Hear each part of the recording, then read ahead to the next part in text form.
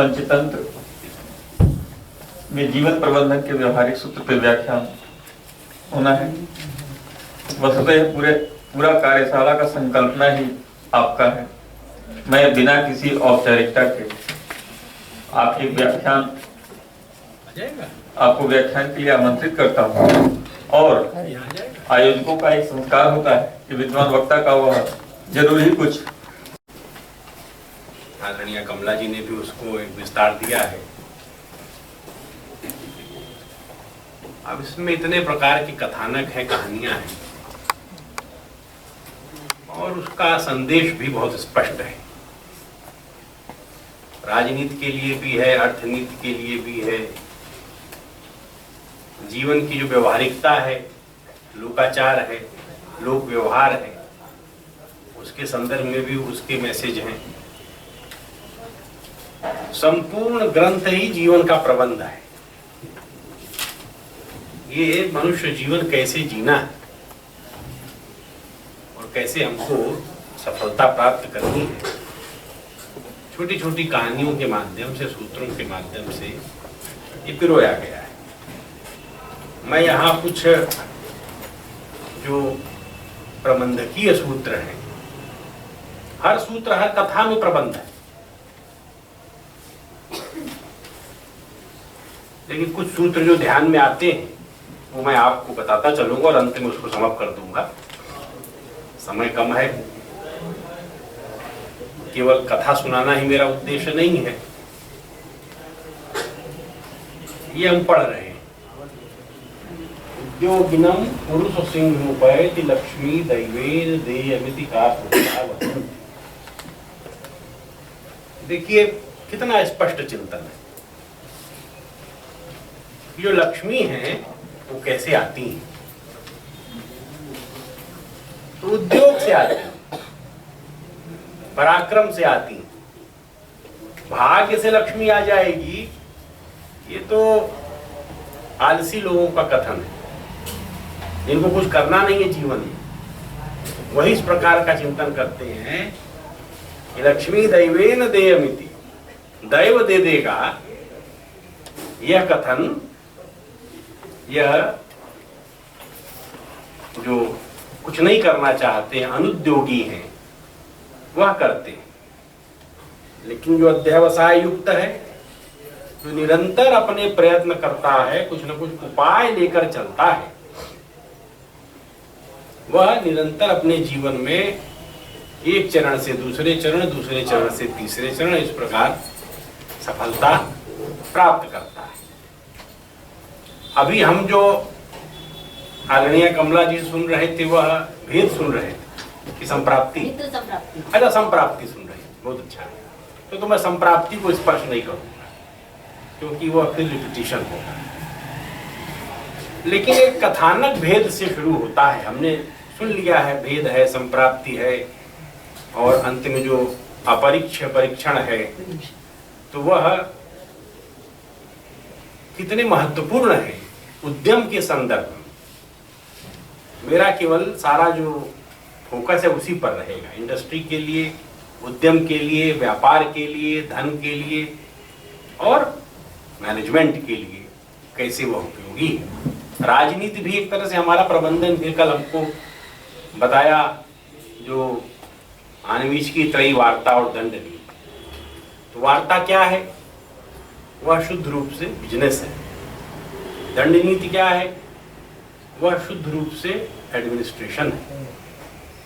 और आनवीचकी क्या है? वह हमारा जो आध्यात्म चिंतन है, जिसको हमने दर्शन कहा है, वह आनवीचकी है। और त्रयी क्या है?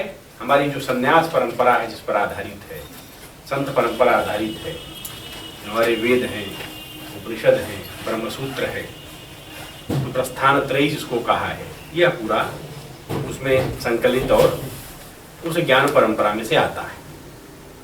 ये जो हम पंचतंत्र को लेते हैं, ये वार्ता और दंड नीति दोनों को संबोधित करता है। इसलिए बिजनेस कैसे होता है, इसका बड़ा सूक्ष्म चिंतन किया है पंचतंत्र ने। धन कैसे मिल सकता है, तो कहा कि धन जो है 6 उपायों से मिलता है। यह कहाँ गए हमारे राम प्रवेश जी? राम प्रवेश जी कहीं चले गए क्या? क्योंकि उन्होंने थोड़ा ऊपर नीचे कर दिया, मुझे लगता है मैं करूंगा तो बंद हो जाएगा, आ जाएगा भी। तो 6 उपाय कौन से हैं? तो उसमें स्पष्ट रूप से वो कहते हैं, कथा के माध्यम से कहते हैं। जरा वो प्लेट सामने कर दीजिए ना, थोड़ा एग्जिट करने से आ जाएगा। जो हमारी प्लेट्स हैं ना, इस साइड में थी, आपने तो निकाल दिया इसको। हाँ, वो सामने लाइए, तब कुछ ध्यान में आएगा ना कौन सा। हाँ बाबा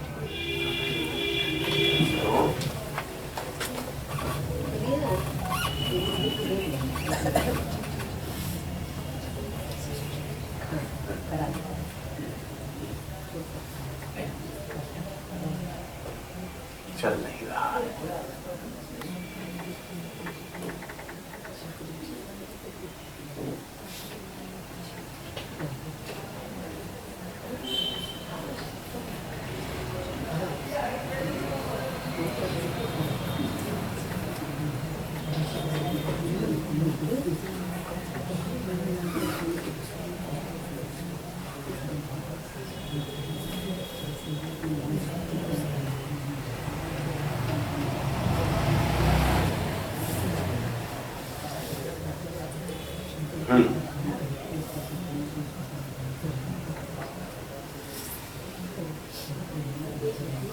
ये देखिए, इसमें वाणिज्या किमपि परमम वर्तनमि, बिजनेस को सर्वश्रेष्ठ कहा। और पैसा आएगा कैसे आपके पास? सारा मैनेजमेंट किस लिए? गृहस्थ प्रबंध भी, मानव संसाधन प्रबंध, बिजनेस मैनेजमेंट धन के लिए है ना। अब जो 6 बिंदु बता दिए हैं, उसमें 6 में क्या नया जुड़ सकता है, सोचने की बात। तो पहला बिंदु बताया भिक्षा से। आप प्राचीन का भिक्षा हमारी परंपरा है, विश्व में तो परंपरा दिखती नहीं। भिक्षा से हम धन कमा सकते हैं, आज भी वो परंपरा चलती है, लेकिन वह बहुत, उसके बारे में भी कहा है। दूसरा है राज्य की सेवा से आप नौकरी प्राप्त कर लीजिए, स्टेट गवर्नमेंट की या प्राइवेट सेक्टर, स्पष्ट लिखा है, राज्य की सेवा से या नौकरी से। तीसरा है खेती बाड़ी से, खेती कृषि है, बाड़ी बागवानी है। चौथा है विद्या ज्ञान शिक्षा कौशल, ये सब विविध रूप हैं। भारतीय ज्ञान परंपरा में विद्या अलग चीज है, शिक्षा अलग चीज है, ज्ञान अलग चीज है, कौशल अलग है, कला अलग है। हम लोग इन सबको एक करके देखने लगे हैं, ये उचित नहीं है। पर अब उसमें मैं नहीं चाहता कैसे अलग है, क्योंकि फिर समय अधिक हो जाएगा। पर ये एक ही चीज के अनेक रूप हैं, है ना। क्यों? सा विद्या या विमुक्त है। विद्या क्या है? मुक्त कर देती है। तो फिर विद्या कैसी है भाई? ज्ञान क्या है? तो जो बाहर प्रकाश है वो भीतर ज्ञान है ना। शिक्षा क्या है? ये है जो सिखाई जा सकती है। कला कौशल हम स्पष्ट रूप से समझ सकते हैं। तो ये चौथा पॉइंट। पांचवा, आप व्यवहार से कमा सकते हैं धन, यानी कुछ धन आपके पास है और आप उसको वितरित करते हैं और उससे ब्याज लेते हैं, है ना, ये व्यवहार से। और छठा, वाणिज्य उद्योग व्यापार से। पंचतंत्र ने स्पष्ट रूप से कहा है कि हो सकता है भिक्षा न मिले, मांग रहे नहीं मिलेगी, गारंटी नहीं है। फिर कहता है सेवा नौकरी राजा कब कुटिल हो जाए, कब दृष्टि उसकी हमारे ऊपर बिगड़ जाए, कब प्राइवेट सेक्टर में मालिक हमको कहे बाहर चलो, रिट्रेंच करेंगे, छटनी का समय आ गया, बाजार में मंदी आ गई। तीसरा कहते हैं खेती, बारिश हो ना हो, मौसम आश्रित है ना, आपके हाथ में तो है नहीं, जल मिले न मिले, बीज उगे न उगे। और इसलिए फिर ज्ञान को भी कहा कि ज्ञान प्राप्त करना बड़ा कठिन काम है, गुरु की कृपा हो ना हो, गुरु वही हटा दे भाई तुम बहुत बेकार आदमी, तुमको नहीं सिखाएंगे, है ना। पीएचडी रुक जाती है कई बार। तो इसलिए ज्ञान प्राप्त करना तो और कठिन है, जीवन लग जाता है और धन नहीं मिलता है, ज्ञान मिल गया। कई बार तो यही होता है, क्या करें गुरु जी इतना पढ़ने कहाँ जाएं, ये संकट खड़ा हो जाता है। और जो छठी चीज उन्होंने कहा कि व्यवहार यानी धन का ब्याज और बिजनेस, पांचवी छठी चीज। तो पंचतंत्र का जो व्याख्याता है विष्णु शर्मा, वो स्पष्ट कहते हैं कि बिजनेस सबसे बढ़िया है। हमारे गांव में भी कहा गया है, निखिद्ध चाकरी है ना, उत्तम खेती मध्यम बान यानी बिजनेस है ना, खेती उत्तम है। चलिए भाई, क्वालिटी के कारण खेती को एक समय आया, लोगों ने अच्छा मान लिया। और चाकरी सबसे निषिद्ध है, गलत चीज है, किसी की नौकरी मत करो। और भीख निदान तो इससे अच्छा है कि भीख ही मांग लो, भिक्षा है ना इसमें, नौकरी करने से अच्छा है भिक्षा मांगिए। क्यों? इतनी जली कटी सुनने को मिलती है, कौन करेगा नौकरी? इसलिए नौकरी हमारे देश में बहुत प्राइमरी सोर्स ऑफ इनकम नहीं थी, बिजनेस था। और बिजनेस कैसा था? तो उसमें लिख रहे हैं स्पष्ट रूप से, ये धन मिले न मिले मतलब कौन सा, ये ब्याज में धन दे दिया लेके भाग गया, अब क्या होगा? पैसा नहीं मिलेगा। तो कह लेकिन अगर आप एक हाथ से बिजनेस करते हैं, यानी सस्ता खरीदते हैं और महंगा बेचते हैं, या खरीद कर स्टोर करते हैं, जरूरत पड़ने पर बेचते हैं, या कच्चा रॉ मटेरियल खरीदते हैं, उससे कुछ नया उत्पाद क्रिएट करते हैं और उसको जरूरत के अनुसार बेचते हैं या उसका व्यापार करते हैं, आप इतना धन कमा लेंगे, इतना धन कमा लेंगे कि आप भी फिर जिसको कहते हैं कि जीवन में क्या करेंगे, कितना कमाएंगे, आपको भी वो सर में चक्कर जो आता है। कहानी बड़ी अद्भुत कहानी है, एक ये इतनी बात मैंने बता दी, हर बात पर एक कहानी, एक बात समझाने के लिए मैं भी आपको कहानियों से जोड़ूंगा। लेकिन अभी और कल जो बात कही है तो बिजनेस की बात शुद्ध बता दी, और राजनीति की बात क्या है तो ऊपर वाला श्लोक आप पढ़ लीजिए, अर्धराज्यम हरम भृत्य यो न हन्यात् स हन्यते। कमला जी कह रही थी पुलवामा कांड को लेकर के, पंचतंत्र के ऋषि ने तो स्पष्ट कहा हुआ है, जिसने तुम्हारा आधा राज्य ले लिया, जिसने बंटवारा कर दिया, अगर वह जीवित है, जीवित यानी सरवाइव कर रहा है अपने साधनों के साथ, तो तुम अपनी मृत्यु की तैयारी करो, तुम्हारा खात्मा होगा। जिसने तुम्हारी आंखों के सामने ही तुम्हारी भूमि बांट ली और तुमको लग रहा है समझौता हो गया, अब हम ठीक हैं, आप गफलत में जी रहे हैं। आप गफलत में, उसमें भी कहानी बताए कैसे। आप अगर आपका बंटवारा हो गया है, आपसे भूमि छीन ली है किसी ने, और आप ये सोच लिए कि अब हमारा झगड़ा आगे नहीं होगा। बहुत सारे लोग हैं, अरे कश्मीर दे दो भैया, झंझट खत्म करो, क्या जरूरत है रोज रोज चक्कर पालना। यही दृष्टि लेकर के 47 से बंटवारा किया ना, अरे भाई साहब एक हिस्सा दे ही दीजिए, रोज रोज का दंगा हो रहा, कलकत्ता में हो रहा, यहाँ हो रहा, वहां हो रहा, बंद करिए, जिन्ना मानेंगे नहीं। हम लोग शांति से सुखपूर्वक हिंदू मुसलमान रहते चले आ रहे हैं, ये विष पैदा कर रहे हैं, तो इनकी मांग इनको दे दीजिए। दे दिया आपने, देने के बाद शांति हो गई क्या? अब आप एक वर्ग कह रहा है इस देश में है, बौद्धिक वर्ग है इस देश में, पूरा कैंपेनिंग करता है, सेमिनार करता है, घूमता फिरता है, साहब कश्मीर को देना ही आपके पास सोल्यूशन, कोई सोल्यूशन नहीं है, नहीं तो क्या होगा, परमाणु युद्ध हो जाएगा। तो क्या करें, परमाणु में हम ही मरेंगे क्या? तो ये जो है एक विकट स्थिति बौद्धिक वर्ग पैदा करता है। इसका बड़ा समाधान पंचतंत्र ने दिया है, इससे रास्ता कैसे निकलता है इससे बचने का, और कई बार बगैर हिंसा के भी रास्ता निकालता है पंचतंत्र। हिंसा नहीं होगी, रास्ता हम निकाल देंगे। इतने बुद्धिमान, क्यों? उपाय से संपूर्ण ब्रह्मांड जीता जा सकता है। भूमि की क्या बात करते हो, मनुष्यों के हृदय भी जीते जा सकते हैं और ब्रह्मांड भी जीता जा सकता है ना। उपाय ही वह चीज है, उपाय ही वह साधन है, उससे हम अपने जीवन में कुछ भी प्राप्त कर सकते हैं। अब मैं ऊपर आ जाता हूँ, थोड़ा ऊपर नीचे हो जाने के कारण मेरे गतिरोध आ गया।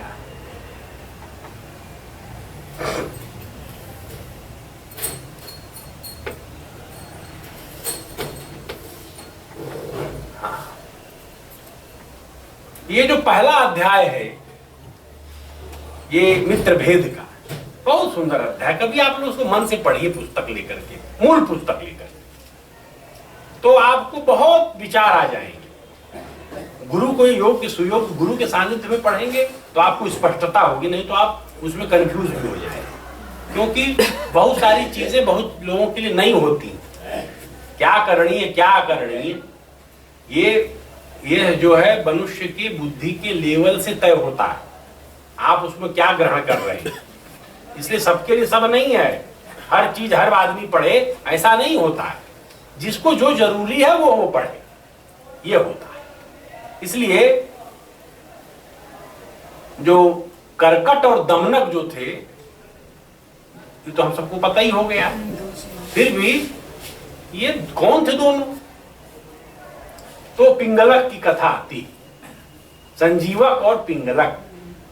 पिंगलक शेर था, राजा था, राजा। अब ये पशु पक्षियों के माध्यम है, केवल आप मनुष्य ही समझिए। और संजीवक वृषभ था, बैल था। नहीं, संजीवक बंतरी नहीं था। तो वह जो संजीवक था, संजीवक नंदक दो भाई थे। आप देखिए हर कहानी में कहानी जुड़ती है। और इनका मालिक वर्धमान था, वर्धमान बिजनेस करता था। ये वर्धमान ही कहता है, जो 6 पॉइंट मैंने आपको बताए, ये वर्धमान कह रहा है देखो बिजनेस ही संसार में श्रेष्ठ है। तो इन दोनों को लेकर के वह जाता था। कहाँ जाता था? बिजनेस करता था। कहाँ से करता था? यही बनारस से चलता था। ये जो हर तीर्थ है यहीं से चलता था बिजनेस करके। कहाँ पहुंचता था? मथुरा। मथुरा रुक करके माल लेके कहाँ जाते थे? तक्षशिला। ठीक है ना? तक्षशिला से सिल्क रोड जाती थी चाइना, और एक रोड जाती थी ग्रीक तक, ग्रीस जिसको यूनान कहा आपने, वहां तक जाती थी। ये प्राचीन भारत की एक स्पष्ट, इसको आचार्य वासुदेव शरण अग्रवाल जी ने बहुत सुंदर व्याख्यायित किया है कि भारत का प्राचीन जो उत्तरापथ था वो कैसा फैला हुआ था दूर दूर तक। तो वो उसमें शब्द भी है बहुत अच्छा। यहां से माल लेकर चलता था तो क्या कहा जाता था? हर तीर्थ से माल लेकर चलता था तो उस बिजनेसमैन को क्या कहते थे? हरती। क्या है? माल लेके जा रहा है। और माल लेकर के जब वो पहुंच जाता था मथुरा, तब वहां क्या कहते थे? आवहति, है ना? आवहति। वहां जो है वो माल लेकर के आया है, रुका है, पर ये जाने वाला है, रुकेगा नहीं। कहां लेकर जाने वाला है? तक्षशिला। वहां यूनिवर्सिटी है, वहां आपका थोड़ा रूस से भी पास रास्ता है। आज गांधार तो हमारा ही हिस्सा था, अफगानिस्तान, पाकिस्तान हमारा ही हिस्सा था। तो वहां स्वात वैली जो है वहां वो तक्षशिला यूनिवर्सिटी है, पाकिस्तान का जो ऊपरी हिस्सा। और वहां से अरेबिक जो देश है, आपका मिस्र है, इजिप्ट है, आपका ईरान है, प्राचीन जो पारसिक देश है, इन सब देशों से बिजनेस था। तो वहां जाता था। तो वहां जब पहुंच जाता था तो फिर वहां क्या होता था? वह माल को बेच देता था, बेच करके पैसा ले लेता था। तब वो अब माल उसके पास नहीं, अब वो अभी तो वणिक था, अब क्या हो गया? तो अब वह ब्याज पर धन बांटने वाला एक दूसरे प्रकार का व्यापारी हो गया। तो तक्षशिला से चलता था तो फिर हरती हो जाता था, फिर यहां आता था मथुरा लौटकर, तो यहां वो बहती हो जाता था, आवहती। और फिर बनारस आ जाता था तो भैया ये आ गए। यानी जो तक्षशिला में आवहती था वह जो मथुरा में आवहती, हाँ मथुरा में आवहती था, वहां हरती था। और वहां भी एक शब्द है, बड़ा अच्छा शब्द में ध्यान में आ जाएगा, तो वही शब्द फिर बनारस में हो जाता था। इस प्रकार से वो पैसा लेकर के चलता था। वो बहती शब्द आज भी बिजनेस टर्म है, खासतौर पे जो चुंगी है, चुंगी इत्यादि वहां कहते हैं ना, बहती है, रसीद जो काटी जाती है, बही खाता तो अलग है, पर बही बहती तो वो बहती है। तो ये जो बिजनेसमैन था उसका एक बैल जो था संजीवक, उसको कोई चोट लग गई या कुछ हो गया तो वो बीमार पड़ गया।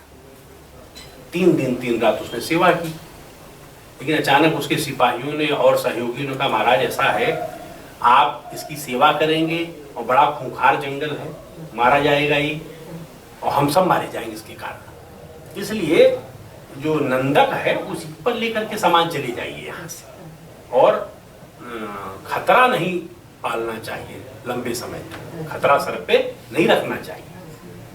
तो उसने कहा देखो ऐसा है, मेरा सेवक है, सेवक को छोड़ना धर्म नहीं, पूरा प्राचीन आख्यान दिया है, इसने मेरी सेवा की है, तो ऐसा करो। उसने अपने 3 सिपाहियों को कहा कि तुम लोग इसकी सेवा करो, एक वैद्य बुलाओ, चिकित्सा करके फिर इसको लाओ, ऐसा सेवक हमको मिलेगा नहीं ऐसा बैल, मैं बाकी आगे धीरे धीरे चलता हूं, क्योंकि मेरे पास बहुत माल है, अनेक व्यापारियों का माल है, मुझे पहुंचाना है।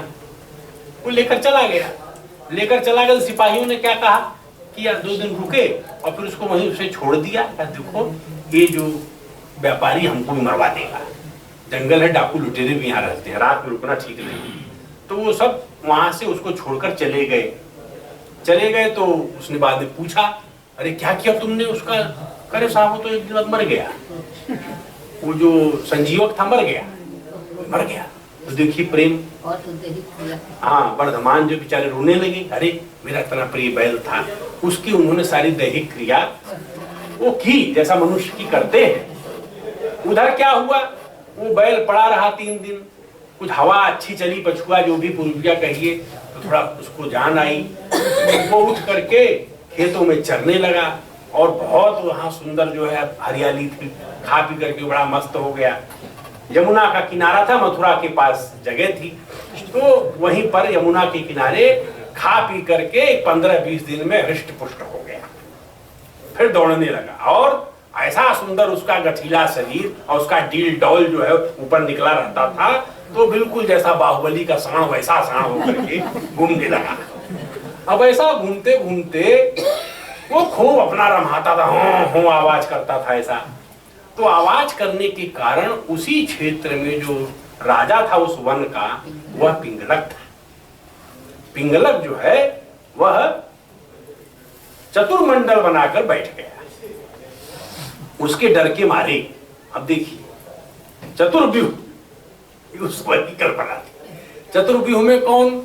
तो पहला बीच में सिंह बैठा है, उसके पहला मंडल मंत्रियों का, अमात्य मंडल, विभिन्न विभाग जो संभालते हैं डिपार्टमेंट, वो अमात्य हैं, वो राजा के बिल्कुल समीप बैठते हैं। तो यह जो 2 कर्कट और दमनक थे, इनके बाप जो सियार थे श्रीगाल, वह इसके अमात्य थे। तो उसको सिंह ने किसी कारण से बर्खास्त कर दिया था, कि ये ठीक काम नहीं करता, धोखा करता है, इसलिए उसको हटा दिया था। ये दोनों इस युक्ति में थे, किसी भी तरह हमको फिर इसका विश्वास पात्र बनना। फिर जो दूसरा मंडल था, वह जो बिजनेसमैन लोग थे, राजा के जो सुहृद चिंतक थे, अन्य प्रकार के जो भृत्यगण थे, उनका मंडल था। तीसरा जो है प्रजा का मंडल था, और एक मंडल परिवारी जनों का था। इस प्रकार का चतुर्व्यूह मंडल बना करके वह बैठ गया, डर के कारण बैठ गया। तो इस प्रकार के आवाज तो मैंने अपने जंगल में कभी सुनी ही नहीं, ये कैसी आवाज आ रही है। अब यही मौका करके कर्कट दमनक पहुंच गया वहां लपक कर। बोले महाराज आप चिंता न करें, अगर विश्वास करें तो मैं फिर बात करूं, कौन है इधर पता करो ये आवाज कहां से आ रही है। तो फिर वह कर्कट और दमनक दोनों अपनी बुद्धि लगा करके उस बैल को पास पहुंच जाते हैं। कर्कट दमनक को पता है कि राजा डरता है ना, इसलिए उपदेश करके फिर वो आते हैं और बैल से कहते हैं देखो तुम गलत राज्य में आ गए हो, तो आ गए हो तो ठीक है, लेकिन हमारे जो महाराज तुमको मार कर खा जाएंगे। ढील डौल से सब डरते नहीं थे, चतुर थे। बोले ऐसा है जा करके वहां पहले हाजिरी बजाओ, बिना अनुमति कैसे राज्य में घुस आए। तो वो बैल भी घबरा गया, क्या बात है भाई, मैं तो चल रहा हूँ, इतने दिन से कोई पूछने वाला नहीं है, तुम कहाँ से आ गए? तो बोले ठीक है भाई, मुझे राजा साहब कहीं जाने में कौन सी दिक्कत है, आप बात कर लीजिए, मैं आ जाऊंगा। तब इन दोनों का काम बन गया।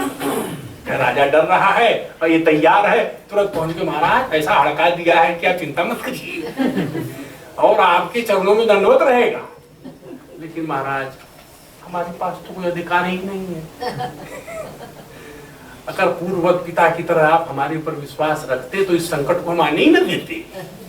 अरे तुमको अपॉइंट करते, महामात्र फिर से बना देते। इस प्रकार कर्कट धमनक ने अपना पद प्राप्त कर लिया। दोनों ने राजा के डर का लाभ उठाकर अपना पद प्राप्त कर लिया। और पद प्राप्त करने के बाद जो खेल हुआ वही यह मित्र भेद। उसमें 27 कहानियां, अलग अलग किस्म की 27 कहानियां हैं कि कैसे पद प्राप्त किया जाता है, कैसे नेतृत्व का विश्वास प्राप्त किया जाता है, कैसे प्रजा पर शासन किया जाता है, और कैसे वक्त पड़ने पर जो राजा का निकट हो जाए तो राजा की बुद्धि में भेद पैदा कर दिया जाता है। यह संजीवक को सब ले आते हैं, संजीवक की राजा से मित्रता हो जाती है, और एक समय ऐसा आ जाता है कि संजीवक ही बड़ा सलाहकार बन जाता है। तब एक कर्कट धमनक करते, अरे इसको तो हम लाए, ये तो हमसे ज्यादा निकट पहुंच गया। अच्छा, फिर ये कहते महाराज जैसा गुण हो वैसे ही रहना चाहिए उन्हीं लोगों के साथ, और आप तो मांसाहारी है, शाकाहारी है, ये आपके पूरे सैन्य वर्ग को शाकाहारी बनाने में तुला है।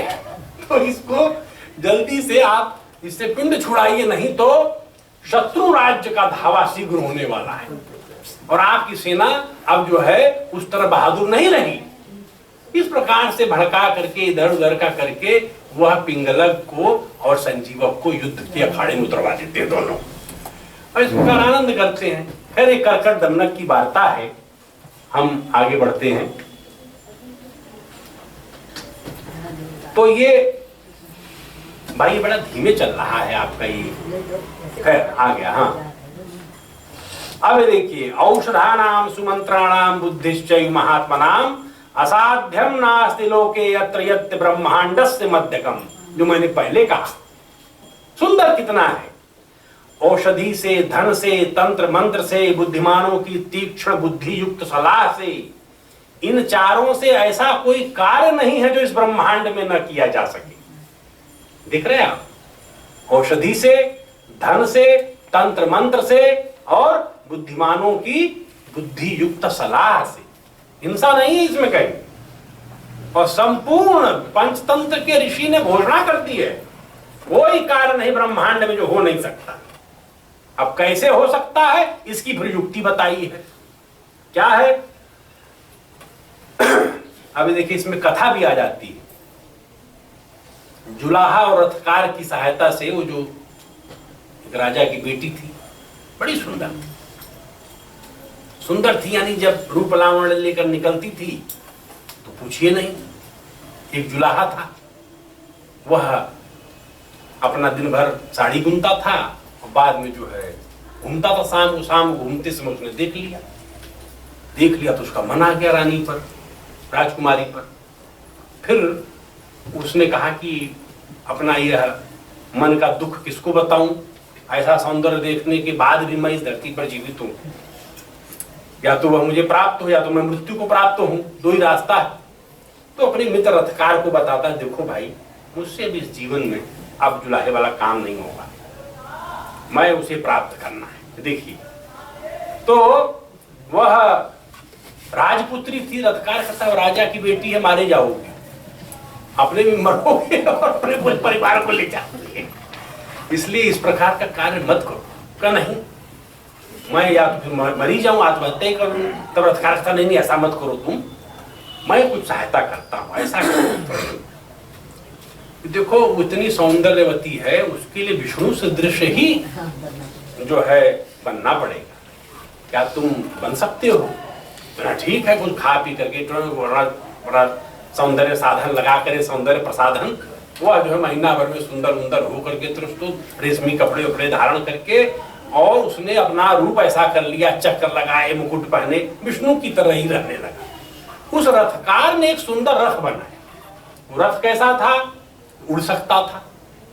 वह रथ ऐसा बना दिया उसने, जो भी है यह वो लिखा हुआ है, मंत्र तंत्र का प्रयोग करके उसने रथ बनाया। वह रथ जमीन पर जैसा चलता था, समय पड़ने पर वह किले से उड़ करके ऊपर भी जा सकता। तो इस प्रकार का जब शुक्ल पक्ष आया, चांदनी रात में वह जो राजकुमारी घूमती थी उसने पता किया, तो वह एक दिन मौका पा करके उसने दीवार से अपने रथ को उड़ा करके वह रानी के पास ही पहुंच गया। वह अकेले थी राजकुमारी के पास। राजकुमारी ने देखा, रे ऐसा सुदर्शन रूप बना करके भगवान विष्णु प्रत्यक्ष चले आ रहे हैं। तो राजकुमारी बड़ी आश्चर्यचकित हुई। वो आई कि राजकुमारी, तुम साक्षात लक्ष्मी हो, मैं ही तुम्हारा प्रिय विष्णु अभी बैकुंठ से चला आ रहा हूं। तो बेचारी कुछ समझ नहीं पाई, बोली नहीं ऐसा नहीं है, मैं तो अपने माता पिता के आधार पर ही कोई बात करती हूँ। आप ठीक है विष्णु हैं, लेकिन मैं अपने माता पिता से अनुमति लिए बगैर आपके साथ किसी भी प्रकार का प्रसंग नहीं कर सकते। तो अनेक कहानी लंबी है, वह समझाता बुझाता है, जैसा एक प्रेमी का रूप रहता है वैसा सारा नखड़ा करता है और करके कहता है, देखो मैं ही तीनों लोगों का स्वामी हूँ, जो कहोगी सब तुम्हारे चरणों में डालूंगा और तुम चिंता मत करो, सब प्रकार से तुम्हारी सहायता भी करूंगा। अब यह बाद में दोनों का मिलन रोज का रोज होने लगता है। अब वो तो विष्णु सदृश था ही, वह सौंदर्यवती रानी उस पर मोहित भी हो जाती है राजकुमारी। किंतु यह बात पता लग जाती है राजा को और रानी को। राजा रानी बुला करके अपनी पुत्री को बहुत डांटते हैं कि बेटा तुमने ऐसा क्यों करती हुई, कौन है ये जो घूमता रहता है यहाँ रात में, ऐसा मुझे गुप्तचरों ने बताया है। तब राजकुमारी ने कहा, पिताजी वो साक्षात विष्णु है। तो पिताजी ने झूठ बोलती हूँ, विष्णु यहाँ कहाँ आने वाले हैं। कहते अच्छा ठीक, कल आप देख लीजिएगा, आप देख लीजिए, आप मना कर देंगे तो फिर जैसा आप कहेंगे वैसा मैं करूंगी। वैसे भी मैंने उससे कह रखा है, बिना पिताजी के बात आगे नहीं बढ़ सकती, लेकिन वो आता रोज है, मेरा प्रेमी है। तो वो कहते ठीक है। तो अगले रात को जब वह अपने माता पिता को उसका रूप दिखाती है तो सचमुच उड़ा चला रहा है। पिताजी कहते रे तो साक्षात विष्णु है, और भी माता जी तो ऐसा धन्य हो जाती है उसकी, अरे बेटा तूने तो भाग्य हो गया, चिंता न कर, तू बहुत अच्छा है, यही दूल्हा तेरे लिए चाहिए। और दोनों जो है राजा रानी प्रसन्न हो जाते हैं। और इधर विष्णु मेरा दामाद होने वाला है ऐसा सोच करके यह राजा अपने सारे शत्रुओं पर चढ़ाई कर देते हैं कि अब तो सारा भूमंडल ही मेरा है, दामाद जब विष्णु मेरा है तो सुदर्शन चक्र चलेगा, जब साफ हो जाएंगे। ऐसा युद्ध कर देने के कारण बाकी सब राजा एकजुट हो जाती है। राजा कल तक ऐसा खोली में घुसा हुआ था, अचानक ही किसके बल से आक्रमण कर रहा है। तो सारे राजा जो उसके गणराज्य पड़ोसी राजा थे वो सब मिलकर विचार करते हैं, कहते देखिए ये तो नित्य हारता रहा, कुछ इसकी सेना नहीं है, एक हुंकार पर भाग जाता था युद्ध भूमि छोड़ करके, यह युद्ध भूमि में ललकारता है वहां करके। तब फिर सब राजाओं ने विचार करके उसके ऊपर अटैक कर दिया और सचमुच वही हुआ। वो तो फर्जी विष्णु था। वो राजा ने जाकर के कहा रात को, देखो दामाद जी तुम तो हमारे दामाद हो ही गए हो और तुम दोनों का गांधर्व विवाह में स्वीकृत करता हूं। गांधर्व विवाह हो चुका है, वैदिक विवाह बाद में कर लेंगे, लेकिन अभी तुम मेरी सहायता करो, तुम विष्णु हो और चक्र चलाओ।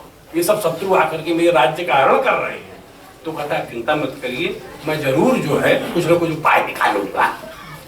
और तो बाजूला बड़ी रोचक कहानी है, लंबी कहानी, लेकिन मैं उसको संक्षेप करता हूं क्योंकि और भी विषय है। तो वह राज्य राजा का लगभग छीन जाता है क्योंकि तो फर्जी था। लेकिन अंत में किले पर जब चढ़ाई होने की बारी आती है, किला घेर लिया जाता है, तब वह रथकार से वार्ता करता है, देखो भाई मामला फंस गया है और राज्य तो इसका चला गया पूरा का पूरा, और राजकुमारी से गांधर्व विवाह भी मेरा हो गया है, लेकिन आगे मैं मार दिया जाऊंगा ऐसा लगता है। बोले तुझे तो मैंने पहले ही कहा था कि राजा के चक्कर में मत पड़, अब तू तो ऐसा कर रहा है कि बाद में जब तू पीटा जाएगा तो मैं भी पीटा जाऊंगा, क्योंकि रथ तो मैंने बनाया। बोले क्या करें? कहे युद्ध में ही मारा जाना सबसे अच्छा है। तो हिम्मत कब हो सकता है, युद्ध जीत भी सकता है तू। कि कैसे? कि तेरा यही रूप काम करेगा। तो अभी देखिए कथा आगे बढ़ती है। सारे उसके किले की राजा घेरेबंदी कर लेते हैं। यह अपना रथ लेकर के, चूंकि रथ तो हवा में उड़ता ही था, और उसने रात्रि के समय अपना माया जाल फेंका और झन देख चक्कर लेकर के किले से घूमते हुए वापस आया। इतने में ही तो सचमुच एक दृश्य दिखा राजाओं को, बाप रे, सचमुच विष्णु ही आए। तो राजाओं का आधा बल चला गया। ऐसा आधा बल चला गया तो कथा में यह है कि यह खबर लगती है विष्णु को कि विष्णु ने शत्रु राजाओं पर अटैक कर दिया है। तो नारद मुनि जाकर भगवान विष्णु को बताते हैं, हे भगवान, तुम यहाँ बैठे हो, वहां तुम्हारे नाम से खेल चल रहा है। क्या खेल चल रहा है? को विष्णु चक्र बन करके मार रहा है, वो घूम रहा है, आप तो यहाँ, वहां कौन है? तब विष्णु जी लक्ष्मी जी को, लक्ष्मी जी बात क्या है? तो लक्ष्मी जी पूरी ध्यान करके बता देती हूँ। तब वह जो उनकी सवारी है, यानी गरुण कहते हैं, गरुण अब जो होगा बाद में देखना, अब अपनी प्रतिष्ठा बचाओ, मेरी प्रतिष्ठा बचाओ। अगर ये मारा गया इस संसार में विष्णु को पूजने वाला कोई नहीं बचेगा। तो पहले चलो युद्ध लड़ो। तो विष्णु को ही उतरना पड़ा रण में, उसी में घुस गए, और उसी में घुस गए विष्णु और हाँ, विष्णु गरुड़ दोनों उतर गए असली रण में, क्योंकि उसका नाम लेकर को लड़ रहा था। फिर तो पीछे हटना पड़ा, सारे राजा मारे गए, इसका राज्य भी बच गया। और विष्णु जी ने बाद में उसको बुलाकर समझाया, हे नारायण, फिर ऐसा मत करना। इस संसार में मेरे नाम की प्रतिष्ठा तो बची रहे, इसलिए मैं आया। और फिर वह सुधर जाता है, दंडवत होता है, विवाह भी करता है। तो वही कह रहे हैं कि वह कैसा ब्रह्मांड जीतता है। यह कथा बताती है कि राजपुत्री से एक साधारण आदमी विवाह करता है। उसके बुद्धि बल और उसके उद्देश्य के प्रति ललक जो उसकी है लगातार, और अंत में वह दांव खेलता है, मृत्यु सो मैं वर्ण करूंगा। ये उसकी जिजीविषा है कि देखो, अगर पोल खुलेगी तो जो राजा जीत कर आएंगे वो भी हमको मार देंगे, जो पिता है ये हमको मार देगा। मेरे पास अल्टरनेट नहीं है, मेरे पास अल्टरनेट युद्ध में जाने का, वो भी मैं माया ही रच सकता हूं, ऊपर ही उड़ता रहूंगा। तो हो सकता है उसी में सब भाग जाए। तो रथकार की सलाह से, तो सलाहकार भी कितना महत्वपूर्ण है, इस प्रकार से ये कथा है। और इसलिए उपाये नहीं यत कुर्यात अन्न शक्यम पराक्रमैः यस्य बुद्धिर्बलम तस्य निर्बुद्धेयस्तु कुतो बलम। उपाय ही पराक्रम है, उपाय ही बुद्धि है। इसे यह बुद्धि जिसके पास नहीं है उसको तो अत्यंत निर्बल समझो।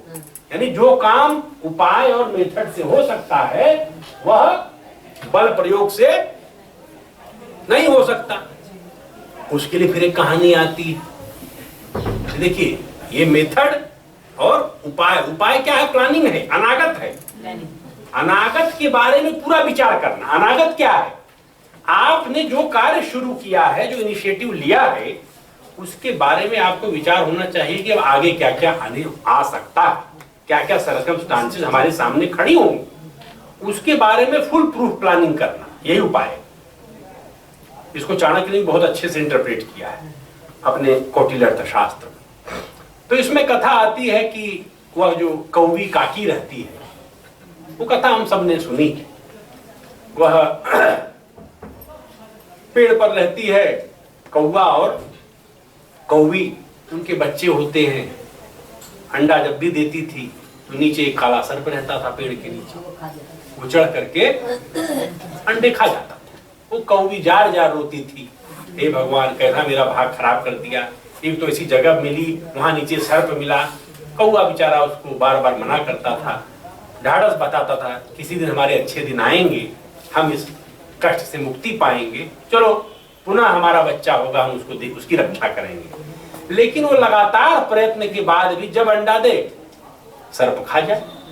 ये कहानी हम जानते हैं ना। और तब वह कौवा दुखी होकर के विचार करने के लिए एक सियार के पास जाता है। भाई, तुम बड़े चतुर हो इस जंगल में, कुछ रास्ता बताओ, क्योंकि ये तो मार के खा जाता है मेरे बच्चों को, मैं इससे कैसे मुक्ति पाऊं। ठीक है, अभी भारत सरकार के अफसर अगर ये पढ़े होते तो इनको समझ में आ जाता, लेकिन नहीं पढ़े। ये इजराइल सब पढ़ लिए इसलिए उनके पास अब रास्ता है। सीआर बोला देखो ऐसा थोड़ा उपाय करना पड़ेगा, मेहनत करनी पड़ेगी, काम हो जाएगा तुम्हारा। बोले काम कैसे होगा? बोले ऐसा है, तो कहे कि जब शत्रु के सामने कमजोर पड़ो तो ऐसा उपाय रचो कि शत्रु से जो महाबली है उसकी शत्रुता उस महाबली से करवा दो। ये सूत्र है। क्या करें, हम तो लाचार, हम तो मार दिए जाएंगे, हम लड़ नहीं सकते। तो ऐसा शत्रु कौन है? तो देखो काला सर्प है, उसकी खोह तुमने देख ली है, और बगल में एक नदी है, वहां इस राज्य की रानी नहाने आती है और वहां शिवलिंग है, वहां जल चढ़ाती हैं। उस समय वह अपने सबसे कीमती आभूषण वहीं रख देती है। तुम चुपचाप वहां सबसे कीमती आभूषण उठा करके उस काले सर्प के गड्ढे में डालो, इतना काम कर दो। और देखो धीरे धीरे उड़ना, ऐसा ना हो कि तुम लुप्त हो जाओ और लोग खोज ना पाए तुम। तो भाई कौवे के अस्तित्व पर संकट था। उन्होंने धीरे से जाकर के, जब रानी नहा रही थी और सैनिक देख रहे थे, चुपचाप हीरों का हार झट उठाया और उड़ के एक पेड़ पर बैठ गया। और धीरे धीरे कथा में आता है कि वह उड़ता रहा, रानी चिल्लाती रही सैनिकों, पकड़ो पकड़ो, मेरा अत्यंत कीमती हार है, हर कीमत पर चाहिए, और जो ले गया है वह हर हालत में मुझे वापस चाहिए। ऐसा कह करके अपने सारे सैनिक घोड़े खोल देते हैं और दौड़ते हैं पीछे। वह कौवा चुपचाप जा करके वह जो सर्प जहां रहता था उस काले सर्प नाग के गड्ढे में डाल देता है, और डालते ही जाकर के तमाशा देखने के लिए दूर बैठ जाता है।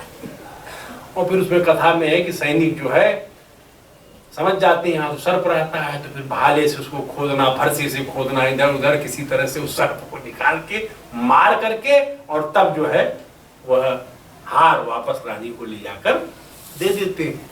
इस तरह से वो गीदड़ उपाय दिखता है, देखो तुम्हारा कंटकी मैंने काट दिया। ये काल सर्प कैसे मारे जाते हैं उसका उदाहरण दिया। फिर का उपाय न जयो याद द्रग्री पोस्तान दृंग न हेत भी, यानी अब ये देखिए मैंने कहा ना, हिंसा से मत करिए आप। उपाय के सहारे शत्रु विजय जैसे होती है वैसी विजय शस्त्रों से नहीं हो सकती। आप शस्त्रों से मारेंगे, रक्त बहेगा, एक प्रतिक्रिया फैलेगी। उससे अच्छा कुछ ऐसा उपाय करिए कि बिना शस्त्र चलाए ही, है ना, सांप भी मर जाए और लाठी भी न टूटे, इस प्रकार का। तो उपाय जानने वाला छोटा भी है तो बड़े शत्रु से पराजित नहीं हो सकता। ये कथा आती है सारस की और केकड़े। बहुत सुंदर कथा है, छोटी सी कथा है। एक तालाब में सारस रहता था। एक दिन की बात है, तो केकड़े में और सारस में बड़ी मैत्री थी। वह सारस चुपचाप मौनी बाबा बन करके खड़ा होकर के और ध्यान मग्न था। तो केकड़ा पूछता, अरे मामा आज क्या बात है, तुम साधु बन करके बैठ गए हो, आज मछलियों पर और अन्य प्रकार के जीव जंतुओं पर तुम्हारी दृष्टि नहीं है। तो बोलता है, देखो अब मेरा मन बीतराग की ओर बढ़ रहा है क्योंकि पढ़ करके जो कल्पना है उससे मुझे भी हंसी आ जाती है। क्या मामा तुम हो बीतरागी, ये तो बड़ा संकट है। बोले नहीं नहीं सचमुच, देखो मैंने कुछ बातें सुनी हैं और उसके कारण मैं जानता हूँ कि यह जो सारा हमारा तालाब, इसमें रहने वाले जीव जंतु सब मारे जाएंगे। मेरे जीवन पर भी संकट मंडरा रहा है। ये क्यों संकट मंडरा रहा है? कह दूर से कोई सेना आने वाली है, भूमि अधिग्रहण हो रहा है ये गड्ढा पाटा जाएगा। तो मुझे बड़ा दुख है कि कुछ किया जाए, नहीं तो हम सब मारे जाएंगे। मुझे अपना तो दुख नहीं है, मैं कहीं और जाके बसेरा बना लूंगा, पर केकड़े भाई तुम्हारा दुख है, इन सब प्यारी मछलियों का दुख है, ये सब कहाँ जाएंगी? यह सारा जीव जगत ही यहाँ नष्ट हो जाएगा। इस सोच करके मैं बड़ा दुखी हूँ। केकड़ा कहता, अरे आपको इतनी चिंता है, ऐसा देख करके तो मुझे भी हृदय भरा जा रहा है, कुछ उपाय किया जाए। क्या करें, कैसा करते हैं, जो कछुए हैं, सब जीव जंतु हैं, मैं कुछ सहायता अगर तुम कहोगे तो कर सकता हूँ। केकड़ा बोला बताइए।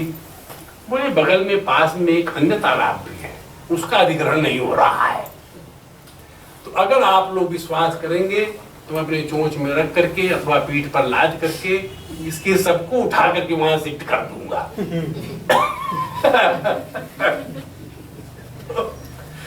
अब वो दिखी चतुराई उसकी। केकड़ा कहता ये तो बात ठीक कही। तो शुरू हो गया खेल। केकड़ा एक टीम तैयार करता था, देखो भाई आज तुम लोग चले जाओ सपरिवार उस तालाब में, धीरे धीरे सब लोग यहाँ शिफ्ट हो जाओ, भूमि अधिग्रहण होने जा रहा है। भूमि अधिग्रहण मैंने शर्त जोड़ा है अपना, पर कहानी का कथानक आप समझ सकते हैं। तो वो ले करके जाता था और दूर जा करके एक शिला पर जो है वहां ले जाके मछली को पटक देता था, खा पी करके तृप्त होकर के फिर वापस चला आता था। ऐसा जितने जलीय जीव जंतु ले गया सबको मार करके फिर वापस आ जाता था। नहीं उन सबको पहुंचा दिया सपरिवार, अब आगे आप लोगों को कल पहुंचा दूंगा। ऐसा करते करते अंत में केकड़ा और उसका परिवार बच गया। कहा चलो, केकड़ा कहता है मामा तुमने ऐसा भला कार्य किया है, चलो हम लोगों को भी पहुंचा दो। तो चलो चलो, तो केकड़ा भी अपनी पत्नी और बच्चों के साथ उस सारस की पीठ पर अंत में बैठ गया। और कहते हैं केकड़ा तो उससे वार्ता ही करता है, उड़ता चला जा रहा था। रास्ते में दूर से केकड़े की दृष्टि बड़ी तीव्र थी, उसने देख लिया, अरे ये हड्डियां कैसी दिखाई पड़ रही हैं सारस मामा। कह रे मूर्ख, कहीं कोई अधिग्रहण होता है या तो हमारे खाने पीने का धंधा है। और तेरे जैसे कमजोर और मूर्ख जीवों से ही हमारा जन संसार चल रहा है। तो मामा ये तुमने बड़ा अन्याय किया है, कोई नहीं, अब तेरे परिवार को पीट करके भी आज जो है भरपेट जो है तेरे भुगतान करके और तुझे खा पी करके भी ये विषय समाप्त करूंगा। तो केकड़ा बोला मामा गलती कर गए, थोड़ा पहले बता गए। और केकड़े ने अपने दोनों से सारस की गर्दन वही पकड़ ली। उड़ते हुए हवा में ही उस केकड़े ने सारस को मार डाला, उसकी गर्दन काट दी और वह केकड़ा सारस गिरा और उसका परिवार बच गया। केकड़ा धीरे धीरे दूसरे तालाब में चला गया। इस प्रकार केकड़े ने दूरदृष्टि का प्रयोग करके, बुद्धि का प्रयोग करके उस सारस के चंगुल से अपने परिवार को बचा लिया। ये कथा आती है।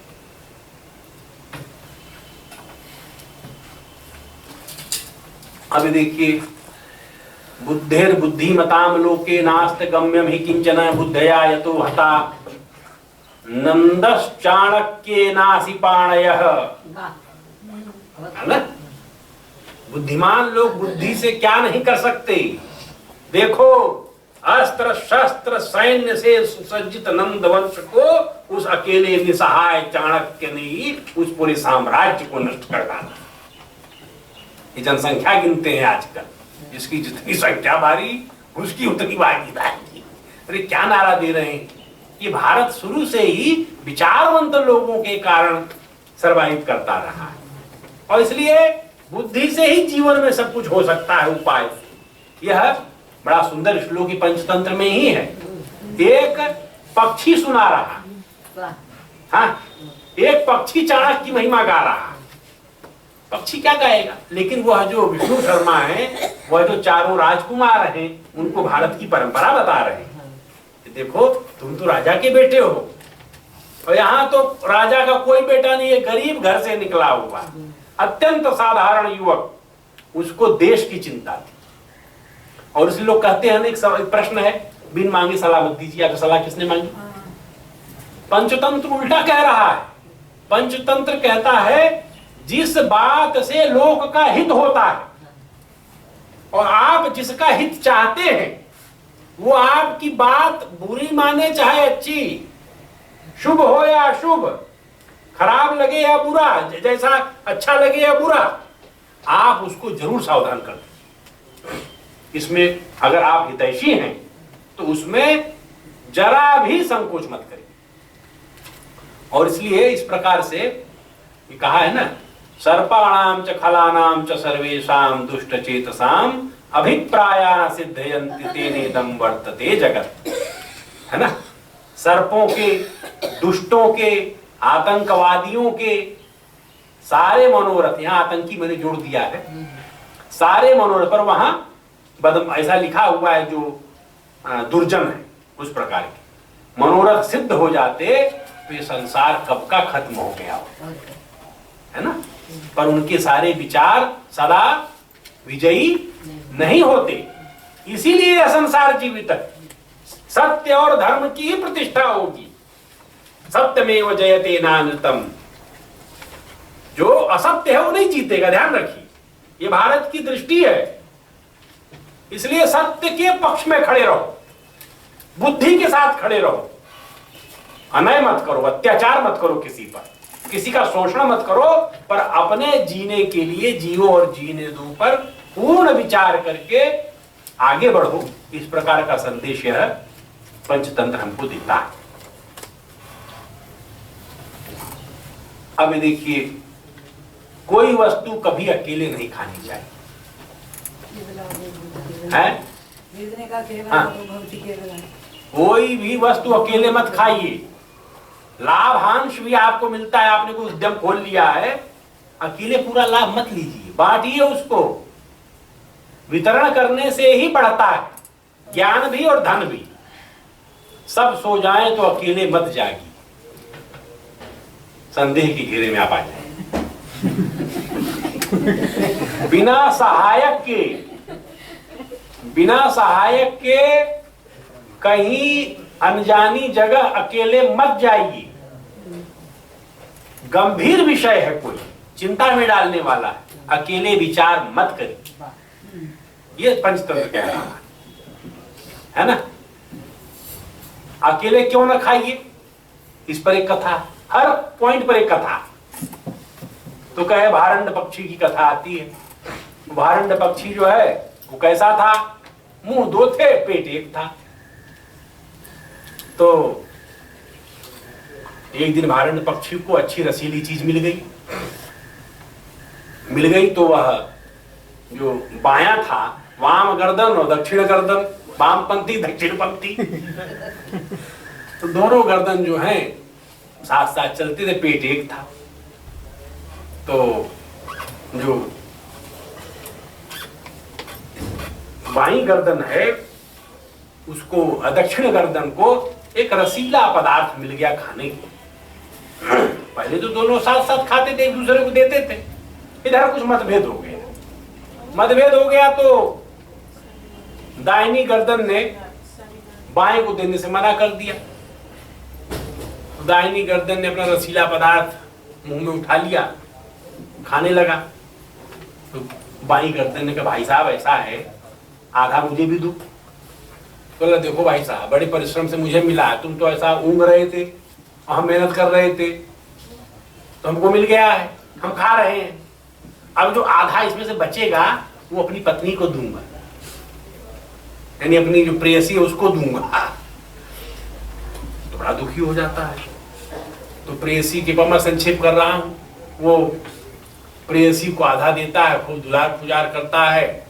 ऐसा देख करके जो बाईं गर्दन है उसको बड़ा दुख होता है। अच्छा, ऐसा तुम दोनों अकेले के लिए आनंद करोगे? मैं बताता हूं। फिर घूमते घूमते उसको जहरीला फल मिल गया।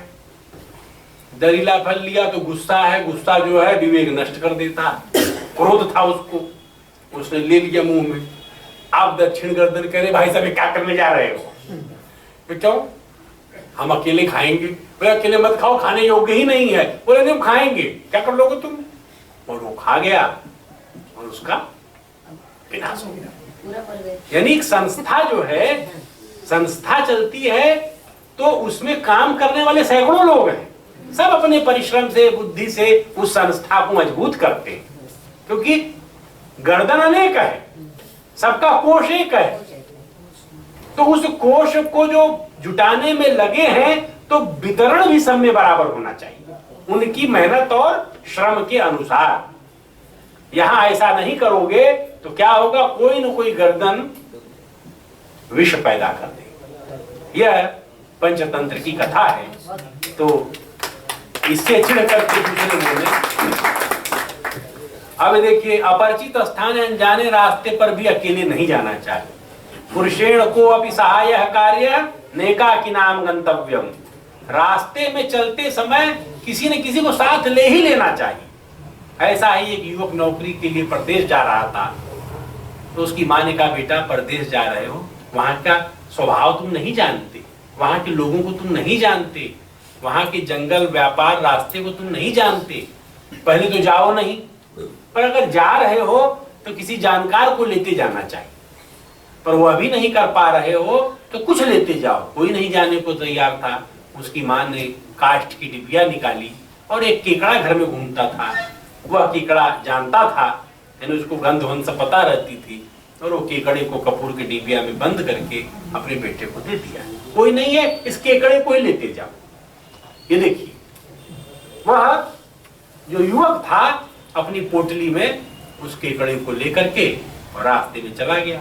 रास्ते में उसको रात्रि के पहर पेड़ के नीचे कुएं की जगत पर अपना चादर बिछा करके सो गया। वहीं किनारे एक काला नाग रहता था, ये पंचतंत्र में आता है। तो वह रेंगते हुए आया, वह डसने ही जा रहा था कि अचानक उसको केकड़े की गंध आ गई। कपूर की गंध वैसे भी सांपों को प्रिय होती है उस कथा के अनुसार, तो कपूर की भी गंध आ रही है, थोड़ा सा केकड़ा भी संगम में आ रहा है। तो वह उसको न डस करके उसकी पोटली में घुस जाता है, और पोटली में वह, कथा में आता है कि केकड़ा उसकी गंध से समझ जाता है कि नाग इस पोटली में आ गया है। और जैसे ही केकड़ा भी प्रयास करता है कि ढक्कन खुले, और नाग भी प्रयास करता है, वह ढक्कन अचानक सरक जाता है।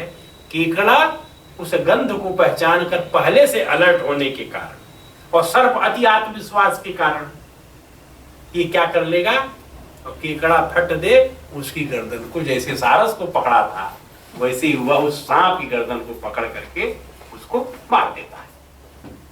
तो यह साथ में रहने से क्या लाभ होता है, ये इसका एक अच्छा उदाहरण है। यानी सहयोगी रखिए, अच्छे सहयोगी, विश्वसनीय सहयोगी, जो जीवन में काम आते हैं, सहयोग करते हैं। मैं जल्दी जल्दी समाप्त करता हूं, समय हो गया जी, 15 मिनट है, 15 मिनट तब ठीक है। अब ये देखिए, अगला है कुदृष्टम कुपरिज्ञातम कुश्रुतम कुपरीक्षितम तन्नरेण न कर्तव्यम। अच्छी तरह से बिना देखे, बिना समझे, बिना सुने, ठीक ठीक बिना जांचे परखे कोई काम मत करिए। आज तो चल पड़ा जैसे अंधेर चल रहा है, कुछ भी कहीं खा ले रहे हैं, कुछ भी कहीं पी ले रहे हैं, उसका परिणाम क्या हो रहा है? अभी 100 मारे गए जहरीली शराब पीकर। मतलब शराब पीकर जो नशा होता है, शराब पीने के पहले नशा हो जा रहा है।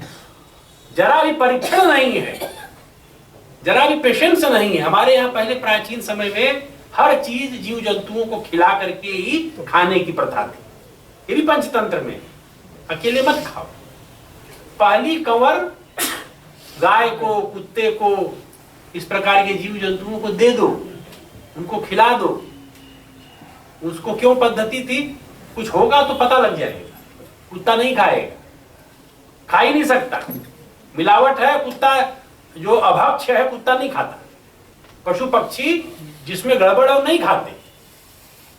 तो इस प्रकार से व्यक्ति के मन में एक संदेह आ जाता है कि क्यों नहीं खा रहा है, रोज तो खाता था।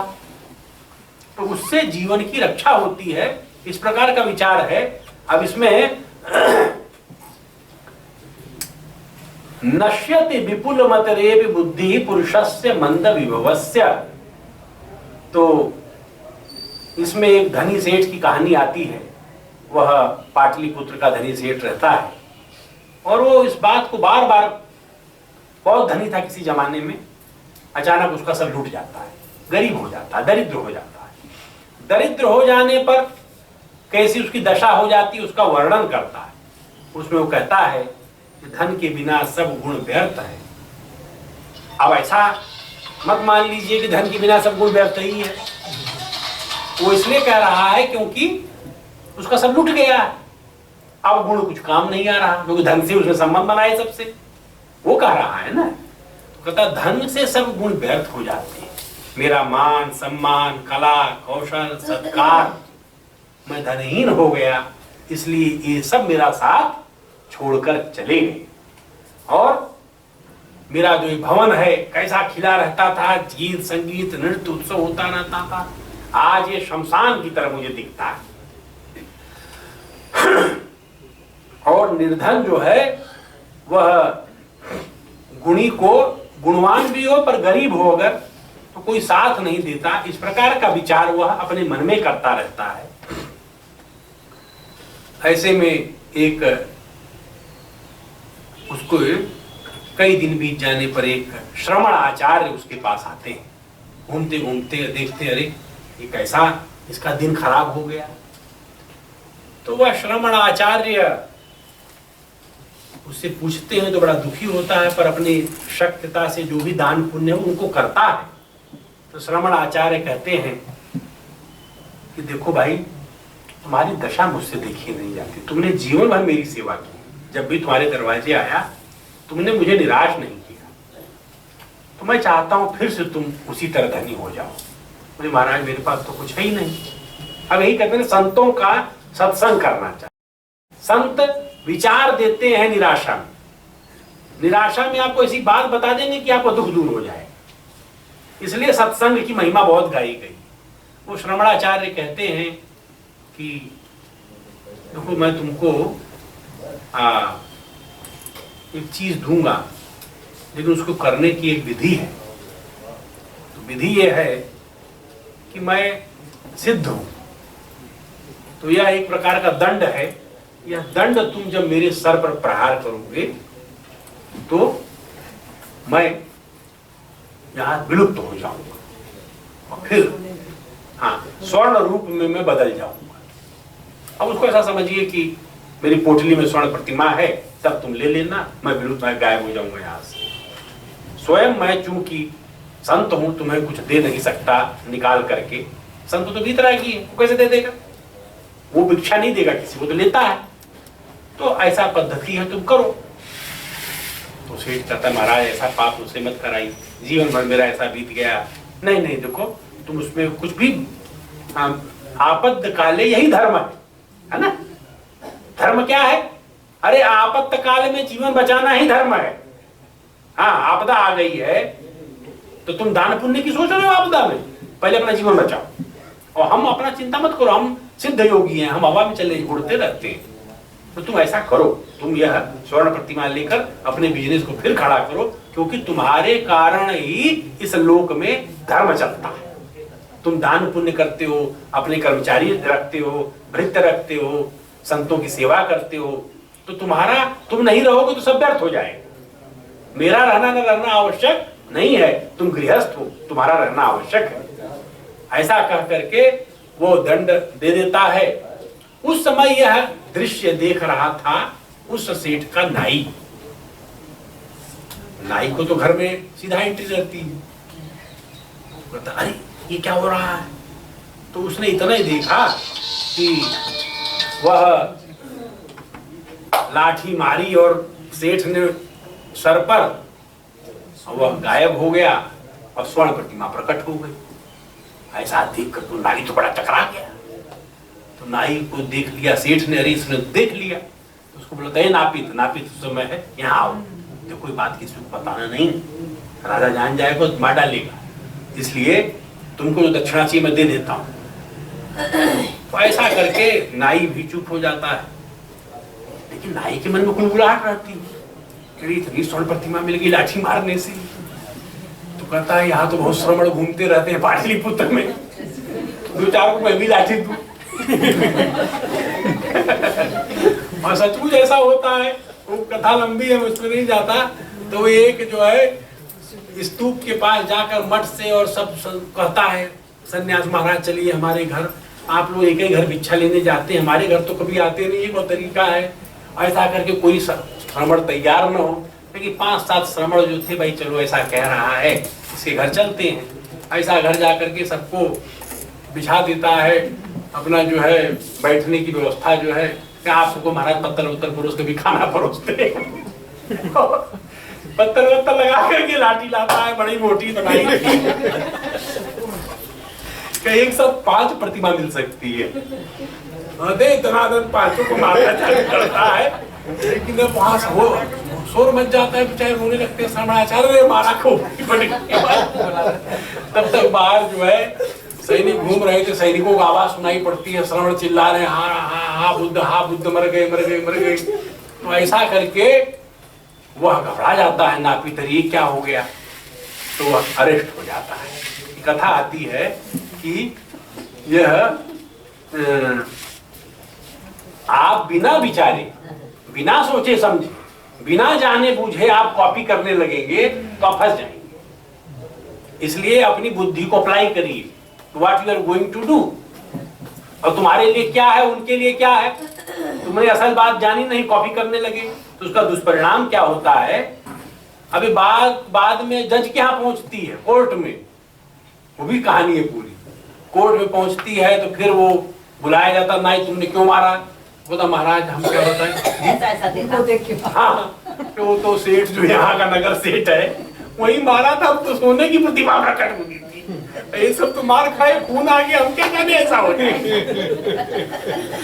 तो जज चकरा गया, क्या बात करता है तू, कहाँ मारा है तो फिर उसमें एक कहानी है, तो मैं उस कहानी पर नहीं जाता क्योंकि समय कम है। ये बहुत रुचिपूर्ण कहानियां हैं जिनके द्वारा आपको एक एक बात बताई गई है बारीकी से कि ऐसा करिए, ऐसा मत करिए। अभी देखिए, अपरीक्षण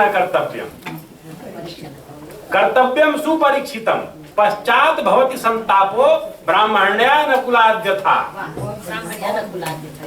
है ना, हो गया क्या, हाँ।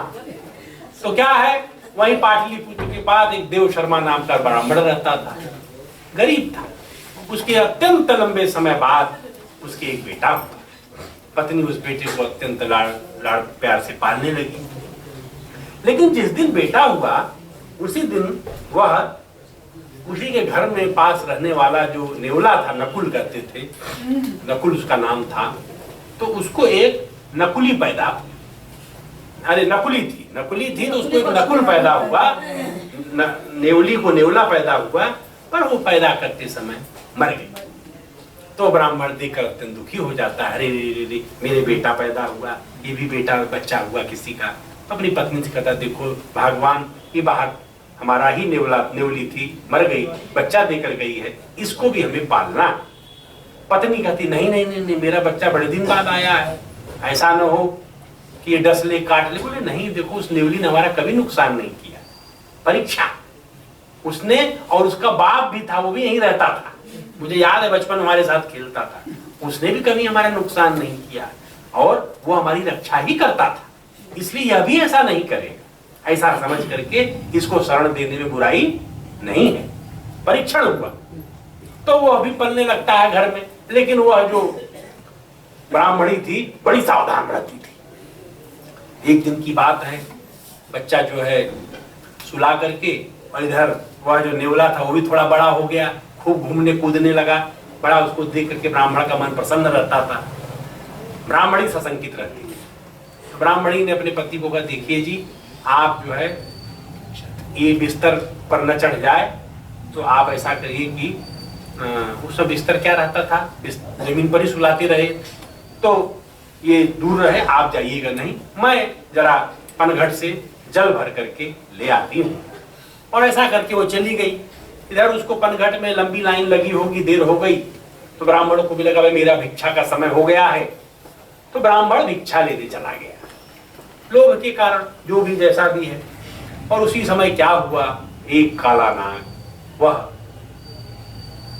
उस घर में प्रवेश कर गया। बड़ी मार्मिक कथा है। वह काला नाग वह उस बच्चे की ओर ही बढ़ रहा था, जो बच्चा उस पंडितानी का वहां सोया हुआ था।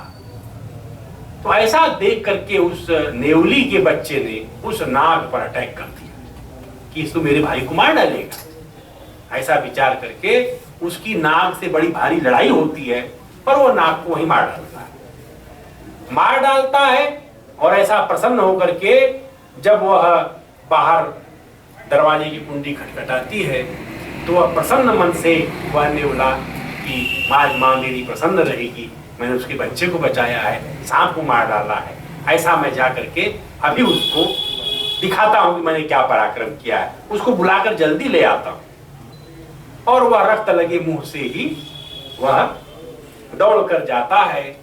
तो उस ब्राह्मणी तो सशंकित पहले से रहती थी, है ना, शंका विनाश करती है। ध्यान रखें, जो लोग शंकालु होते हैं बड़ी जल्दी मारे जाते हैं। हर चीज में शंका नहीं करनी चाहिए। शंका आवश्यक है किंतु उसका परीक्षण करना चाहिए, क्रॉस चेक करना चाहिए सही है कि गलत है।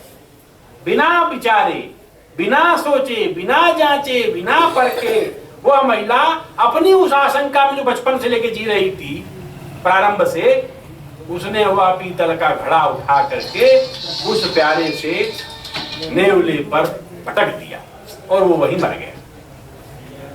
और ऐसा चिल्लाते हुए, हाय नेवले ने मेरे बच्चे को काट डाला, मार डाला, ऐसा आरोप से छाती पीटते हुए जब घर में घुसी तो क्या देखती है कि वह बच्चा तो सुखपूर्वक सो रहा है, एक काला नाग वहां मरा पड़ा है, कटक काट दिया है नेवले के बच्चे ने।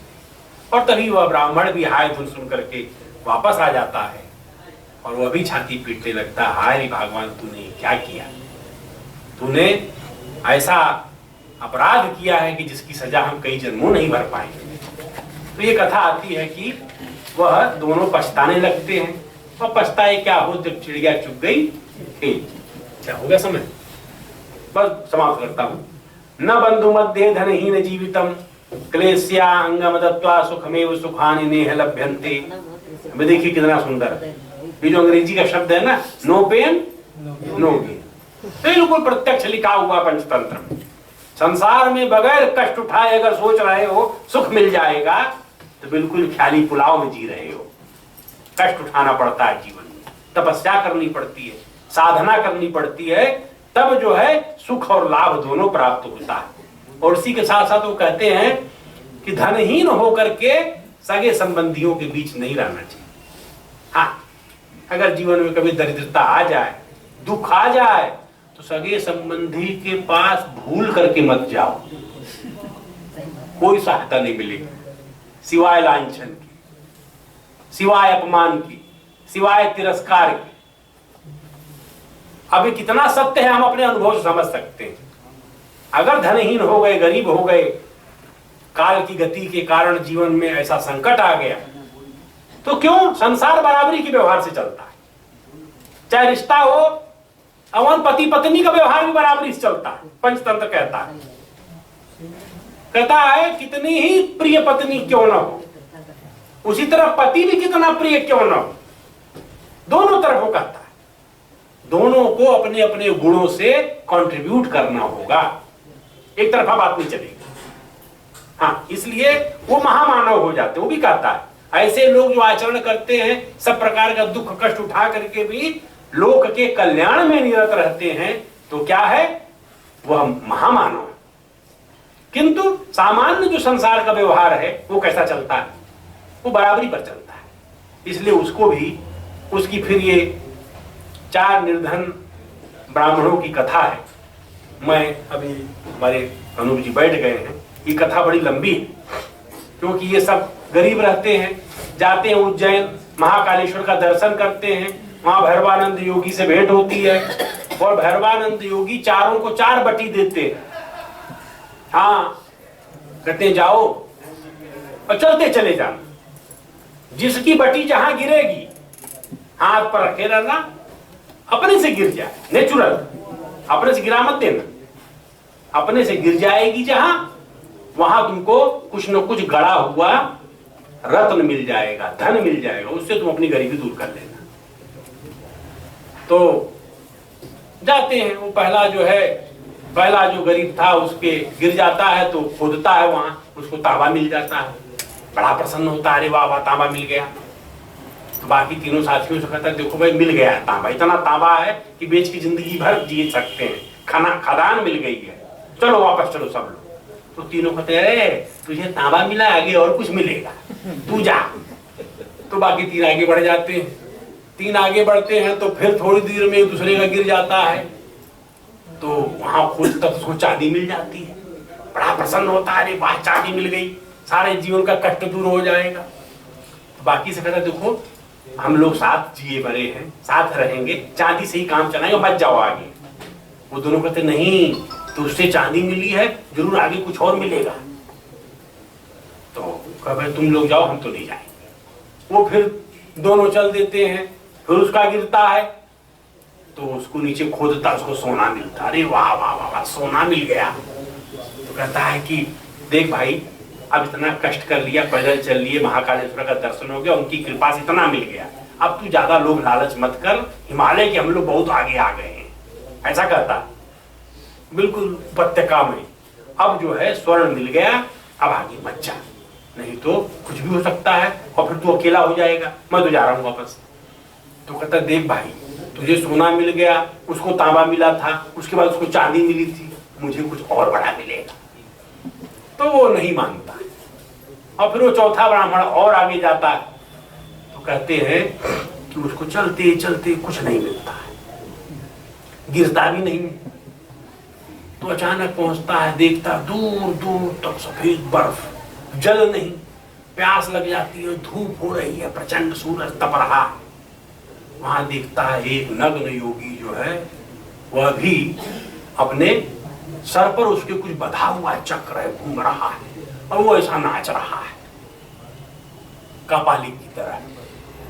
तो उसको प्यास लगी रहती, तो वहां जाता है। अब प्यास लगी रहती है तो अब ये गिर नहीं रहा है। कह रहा अरे महाराज कुछ पानी मिलेगा।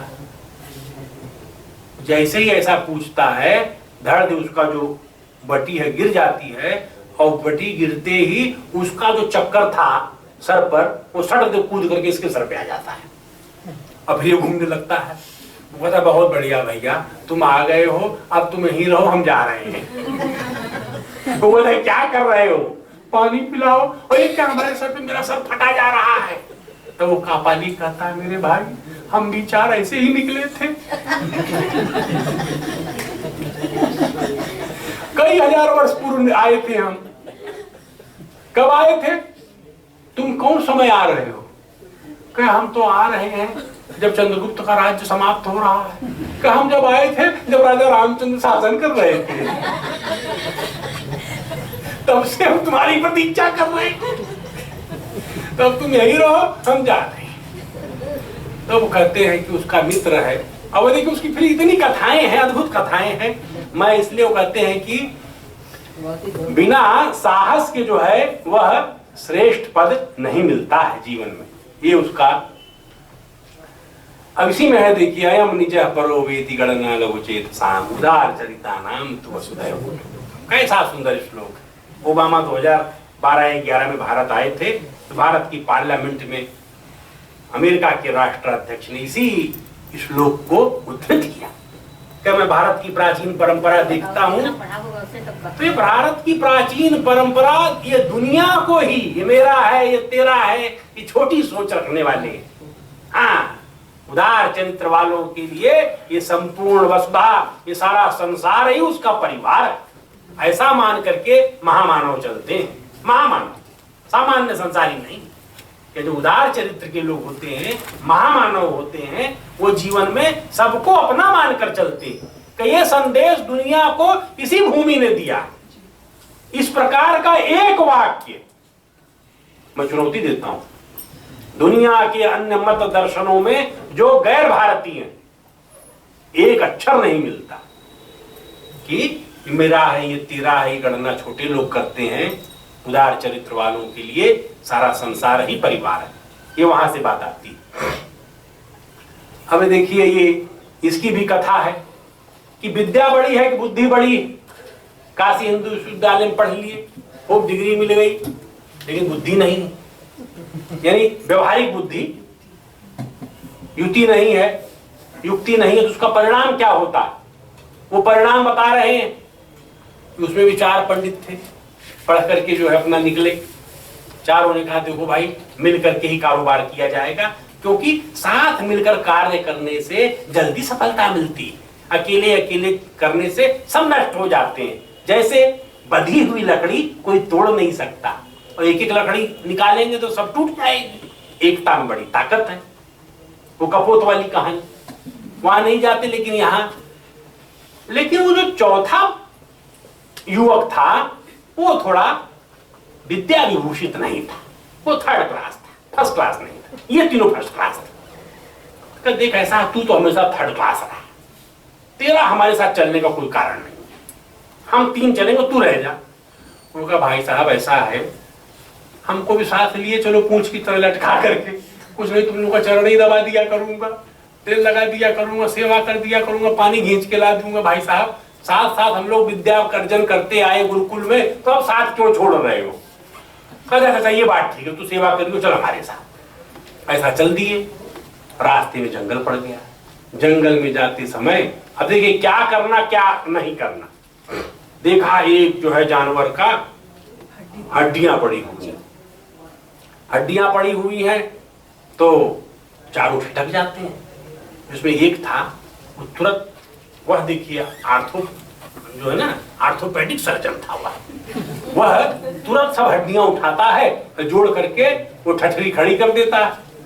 अरे ये तो शेर की ठठरी, ऐसा मन में कल्पना करता है, ये पता नहीं क्या है उसी तरह ऐसा ठठरी, पूंछ भी लगा दी, मुंह भी लगा दिया, सबको ढांचा जो उसका पूरा है बांध दिया। दूसरा कहता है तूने अपनी विद्या दिखा दी है, ज्यादा विद्वान बनता है, मेरी विद्या दे। अब तुम क्या विद्या दिखाओगे? वो प्लास्टिक सर्जन था, वो जो है तुरंत त्वचा और मांस ला करके नस वस नर्व सिस्टम जानता था, सब जोड़ करके पूरा शेर की आकृति तैयार कर दिया कि देखो ये रूप है इसका असली। हाँ ऐसा पड़ा हुआ था, तुमने हड्डियां जोड़ दी, बड़ा अच्छा किया, मैंने तो देखो इसको पूरा इसका रूप दे दिया, ज्यादा विद्वान बनता है। तो तीसरे का अहंकार जग गया है, तुम दोनों क्या विद्वान बनते हो, अभी तो उसमें प्राण है ही नहीं। तो कहे कि संजीवन विद्या तो मेरे पास है। जब मैं बोला संजीवन विद्या जानता हूं, तो जो चौथा जिसको फेलियर कर रहे थे वो कहे भाई साहब रुक जाओ। क्यों रुक जाओ? ये दोनों ने विद्या दिखा दी, मेरी विद्या दिखाने का समय आया तो बोल रहे रुक जाओ। अब तू यहाँ कुछ आता नहीं है, तू तो फेलियर रहा हमेशा। कहे ठीक है मैं फेलियर रहा, लेकिन ये शेर है और इसको जीवित करोगे तो उसका परिणाम भी समझ लो। तो नहीं मानते, उन सब में चारों बड़ी बहस होती है। इस बहस में भी इतने सुंदर सुंदर श्लोक हैं कि आपका जीवन बदल जाए। तब वो कहता है जो जिसको उन्होंने कहा फेलियर है, वो तो भाई साहब ऐसा है, या तो इसको पिछड़े में ले जाके करो, ऐसा बाहर करना है तो मैं जा रहा हूँ। जाकर के पेड़ पे चढ़ जाता है, और पेड़ में चढ़ जाता है। ये तीनों आपस के अहंकार में ऐसा झगड़ा करते हैं कि वह जीवित हो जाता है शेर, और शेर के जीवित होते ही अब देखिए और तीनों प्रार्थना करते हैं, हे भाई साहब हमने तुम्हें जीवित किया है, कृतज्ञता तो मानो।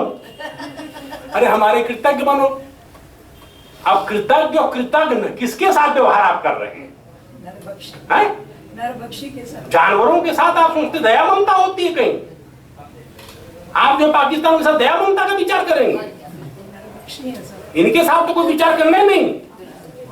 जो जीवन ही जिनका परंपरा से नरभक्षी हैं, वह नरभक्षी कभी विश्वास के योग्य नहीं, और इसलिए वह तो विद्या खूब कमा ली, प्रैक्टिकल बुद्धि का इस्तेमाल करिए। अब ये मैं दो है आपको दिखा करके विषय समाप्त करूंगा, क्योंकि स्मार्टफोन पर फोन आ रहा है घर से। तो अब देखिए ये 4 पॉइंट जो हैं बड़े सुंदर है। चयन के समय, selection, how to select the employ, इसका विचार क्या देखना है। आज तो कुल नहीं देखते, जरूरत भी नहीं है, क्योंकि अब वैसा देखने की कोई पद्धति नहीं बची है। लेकिन कुल को अगर देखेंगे तो ये देख सकते हैं कि यह इसका कार्य करने की प्रवृत्ति किस प्रकार की है, शील इसका कैसा है, इसके पास अगर इसको इंपॉर्टेंट पोस्ट देनी है तो इसके पास ये अपने सहायकों के साथ किस प्रकार का व्यवहार करता है, अपने सबऑर्डिनेट्स के साथ, सहायक बल, इसके पास विद्या क्या है, इसका गुण क्या है, ये वित्त इसके पास है कि नहीं पर्याप्त, शरीर बल यानी शरीर से स्वस्थ है कि नहीं है, और इसकी अवस्था क्या है, मानसिक स्थिति, अमानसिक अवस्था, शारीरिक अवस्था, सबका विचार सिलेक्शन के समय। अब क्यों है, सब पर एक कहानी। फिर अनागत का विचार मैंने कहा, यानी how to plan in a deep वे।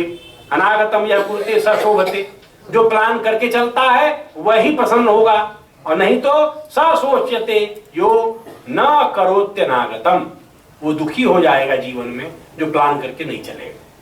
और तीसरा, न दीर्घदर्शिनो यस्य मंत्रिणः स्युर्महीपते प्रियम वा, यदि मैंने सबसे पहले बताया था आपको, प्रियम वा यदि वा द्वेषम, शुभम वा यदि वा अशुभम, अपृष्टो अपि हितम ब्रूयास्य नेच्छेद पराभवम, यानी दीर्घ दृष्टा वह होना चाहिए। जिसको मंत्री पद पर नियुक्त कर रहे हो, सीईओ बना रहे हो, उसको कंपनी के या आपके कार्य के व्यापक हित में वो दूर तक सोचता है, उसको सब अंग प्रत्यंग का ज्ञान रहता है, और उसकी प्रवृत्ति कैसी है कि वह लीडर को बिना मांगे सलाह देता है। कौन सी? हितकारी, हित की सलाह साफ साफ लिखा हुआ है, जिसकी हानि आप नहीं चाहते हैं, वो मांगे चाहे न मांगे, उसको सही सलाह जरूर दीजिए। क्यों? मन में तुम्हारे क्लेश रहेगा, मैंने इसको मैं जानता था कि हानि उठाएगा, मेरा प्रिय है, आज मैं रो रहा हूं, ये चला गया, अगर मैंने उसको बता दिया होता तो शायद ही बच जाता। ये कहने के लिए पछताना न पड़े। इसलिए अपने शुभचिंतक को, अपने प्रिय को, अपने भाई को, अपने लीडर को, अपने नियोक्ता को आप सही बात बताने में, या राजा को देश के सही बात बताने में हिचकिए नहीं। यही चाणक्य ने किया था घरनंद के साथ। तुम यहाँ विलास में डूबे हुए हो, सारा तुम्हारी पश्चिमी सरहद जो है असुरक्षित खड़ी हो गई है, सिकंदर की सेनाएं जो हैं जोर मार रही हैं, सारा ग्रीक, बैक्ट्रिया, यमन जो है ये उमड़ते चले आ रहे हैं हिंदुस्तान को कब्जे में लेने के लिए। केंद्रीय राज्य था पाटलिपुत्र मगध का, ये तुम्हारी ड्यूटी। और जब वो अपमानित करता है तब वह शिखा खोल करके निकल जाता है कि ठीक है, इसका हिसाब बराबर करेंगे, आज नहीं करेंगे कल करेंगे। अभी देखिए, अपि शास्त्रेषु कुशलालोकाचार विवर्जिता सर्वे हास्यताम यान्ति यथा ते मूर्ख पंडिता। अब मैं बहुत लंबा है, ये इस पर नहीं जाता हूं। सर्वनाशे समुत्पन्ने अर्ध त्यजति पंडिता, सब कुछ खड़ा हो जाए, विनाश हो जाएगा, कुछ नहीं बचा।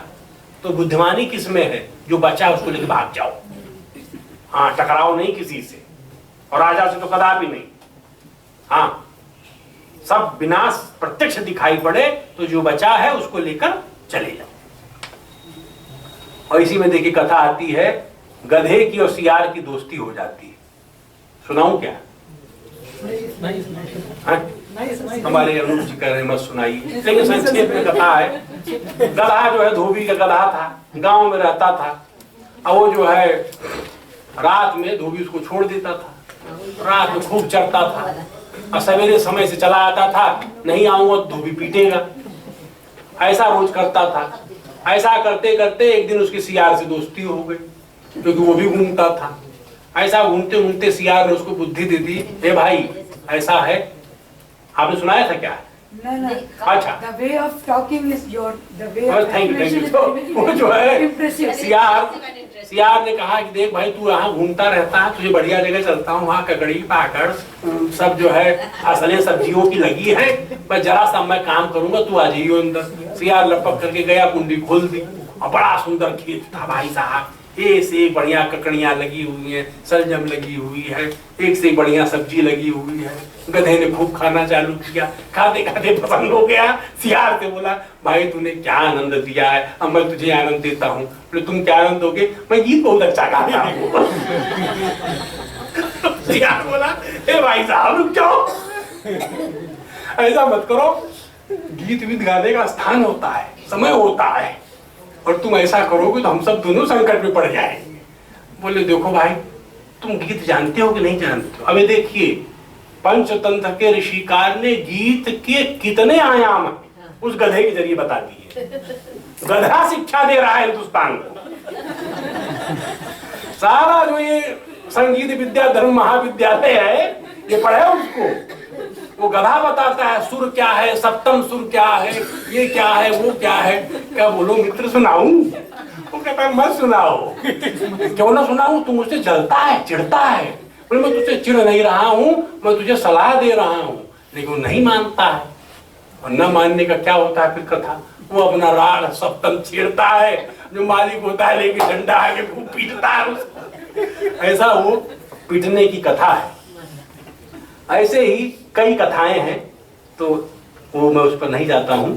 केवल ये हमारे 3 प्लेट और बची है, उस पर हाँ बहुत बढ़िया ये, हाँ ये हो ही गई है, आपको मैंने बता ही दिया था। यह अभी मैंने आपको बता दिया था ये अभी। अब केवल अंत में आ जाता हूं। ये यह वही जो पिंगलक सिंह की कथा आप लोगों ने सुन ली है। अंतिम लाइन यही है कि जो मनुष्य अपनी बुद्धि, क्रिया, कौशल और अधिकार की सीमा से अधिक जाकर दूसरे कार्य में हाथ डाल देता है,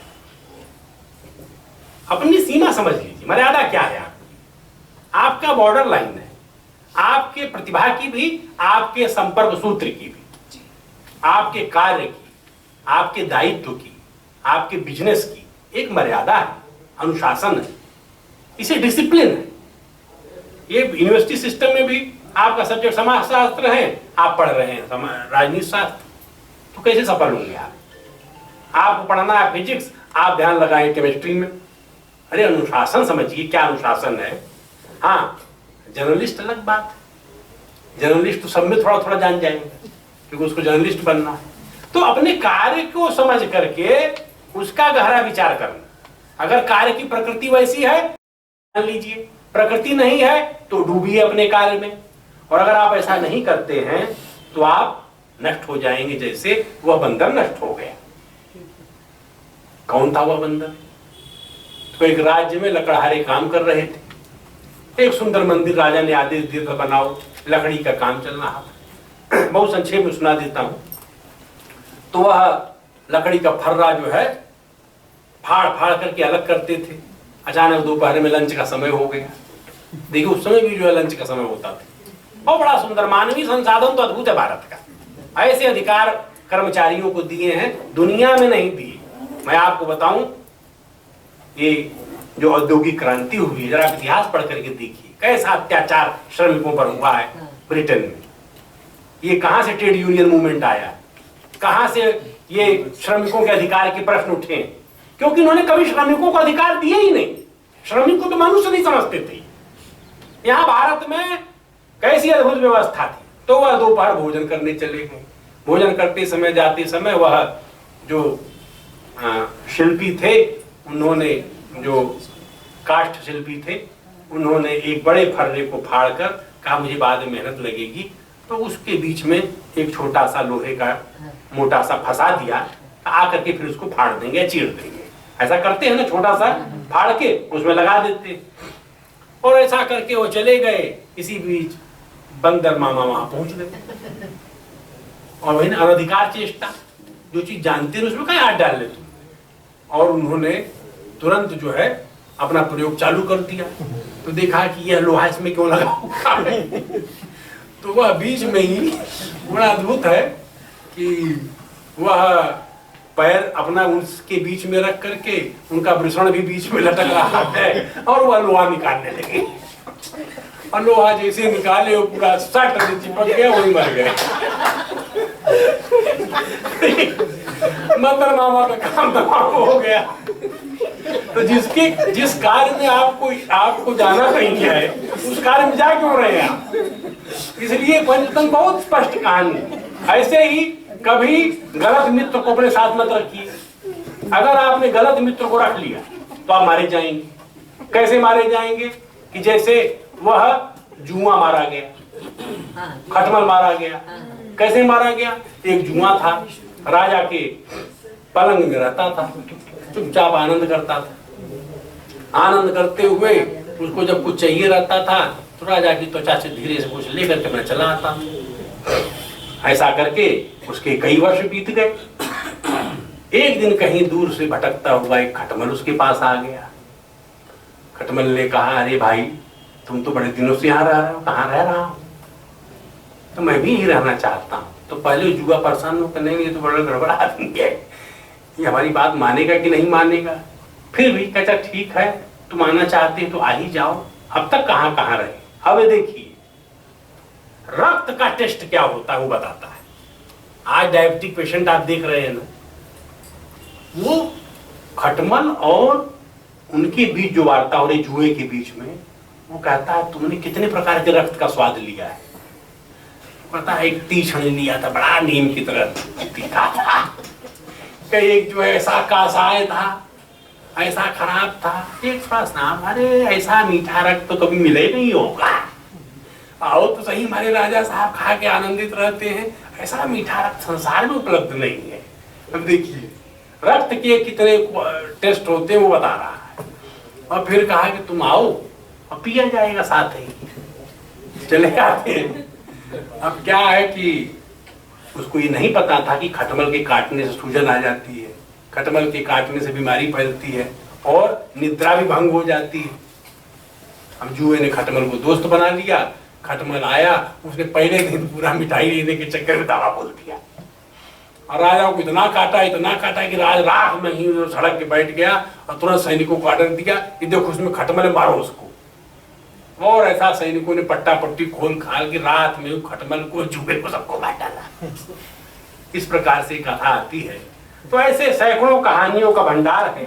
मैं समझता हूँ कि पंचतंत्र यह जीवन प्रबंध के संदर्भ में सांगोपांग, जैसा मैंने कल कहा था, पंच आयामी है।